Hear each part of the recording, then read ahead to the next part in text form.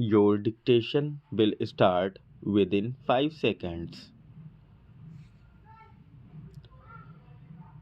The contesting respondents had allegedly filed a revision challenging the impediment order, which remained pending and was ultimately dismissed, directing the parties to appear before the settlement officer consolidation. A transfer application was also moved by the petitioners before the consolidation officer, and the appeal was ultimately decided on 30/08/2010, setting aside the order of the consolidation officer and remanding the matter back to him for decision afresh.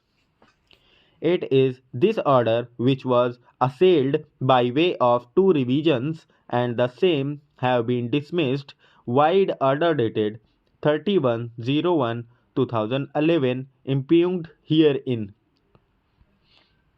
Sri Rajneesh Roy, learned counsel for the petitioners, vehemently submitted that there was no ground for the settlement officer consolidation to have condoned the delay in filing of the appeal, in as much as the notification under section 52 of the act had taken place on 23rd March 1991, and there was no occasion for entertaining the appeal in relation to such an objection after such a long time.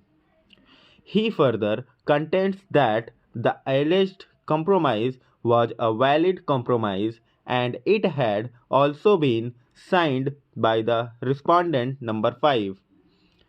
In such a situation, this aspect has completely escaped, which was essential, as the respondent number 5 had full knowledge of the proceedings as well as the sale deeds in favor of the petitioners, but no steps were taken for seeking any declaration in relation to the sale deeds of the petitioners before the appropriate forum.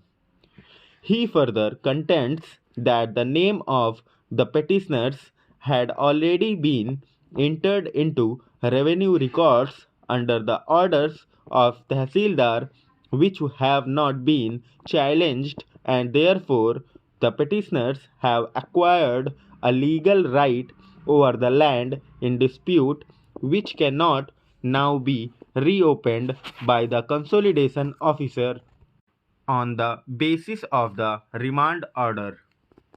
He therefore submits that the orders of the Deputy Director of Consolidation as well as the Settlement Officer Consolidation deserve to be set aside.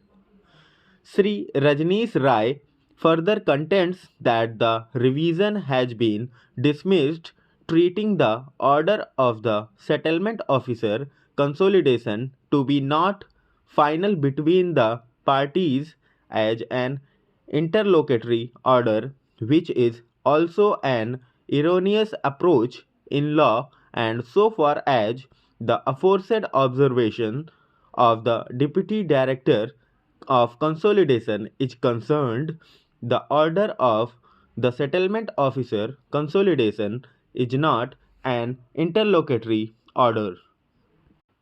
It is evident that there was no substantial delay on the part of the contesting respondents, in as much as the order which was sought to be set aside in appeal was dated 19/08/1997. In such a situation, the settlement officer consolidation was perfectly justified in condoning the delay and entertaining the appeal. On the merits of the claim, it is evident that a compromise was being made, the basis for the order dated 19/08/1997. The respondent number 3 admittedly was not a party to the said compromise, even if his natural father has signed the same.